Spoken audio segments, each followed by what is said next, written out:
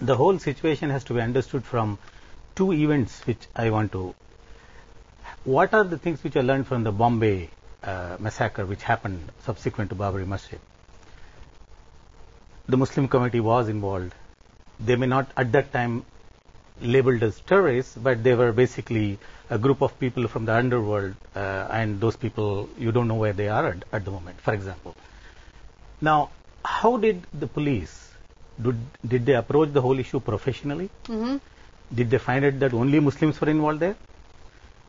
Let us ponder over it. Mm-hmm. Let us learn those lessons. Now, it appears to me that those lessons are not learnt or not remembered. No, so what are you saying? That now, those the second issue in is the blasts were convicted, those in the riots were not convicted. The second issue is that Indian system, I have great respect to Indian institutions and people.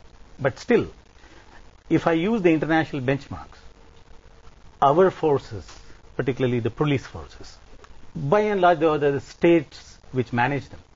They're not professionals. They are used by politicians. So the prosecution is driven by prejudice.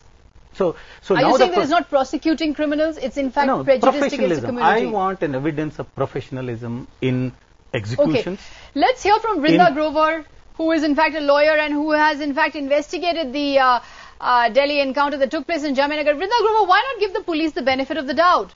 Why insist that this is a fake encounter and that the police has failed? The police may have investigated this particular incident. The police went in there, we're told, after a lot of tracking. They've been planning it for a long time. So why not give the police the benefit of the doubt? A police officer has died in this particular encounter, that in fact they were trying to track down people they believe were responsible for the blasts. There are two things. I think under the Indian jurisprudence, we give the benefit of the doubt to the accused, not to the investigating agency. They are not the ones who are going to be facing the blame at any stage. I think what needs to be done here, nobody is claiming that it is a fake encounter or not a fake encounter. There is very clearly a lack of credibility in the manner in which the encounter has been presented to the public. What the public is asking is that can we have some credible evidence of what transpired on that day? The reports that are coming out, the statements made by eyewitnesses, the manner in which even the death of Inspector Sharma has been shown in what has been told, that he was hit in the stomach. The photographs show something very different. A police officer going without protective gear. All this raises issues in the minds of a citizenry, which has seen the police indulge in fake encounters repeatedly in this country. So what we are asking is, according to National Human Rights Commission guidelines, please have an investigation, an independent investigation, place the facts before the people, and let's see what actually happened on 19th September at N18 Jamnagar.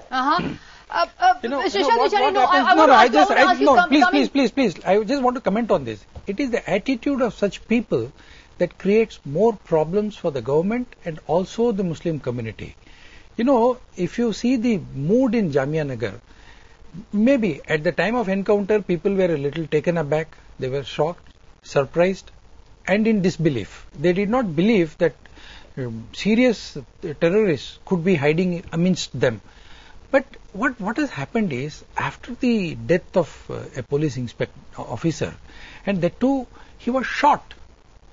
You don't know by whom, but the question, the question is, they have incriminating evidence. This particular instance happened in one of those places where Muslim intellectuals live in large numbers. Jamnagar is full with a university, students, politicians. Some of the best politicians in this country live there. Now the question is, there is a sort of alienation in that space. But the point remains is, by and large, in my judgment, the Muslim community as a whole is not against bringing people to books. Okay. But how do you do that? You have to take, because in these circumstances, it's a ghetto kind of situation of a Muslim living there.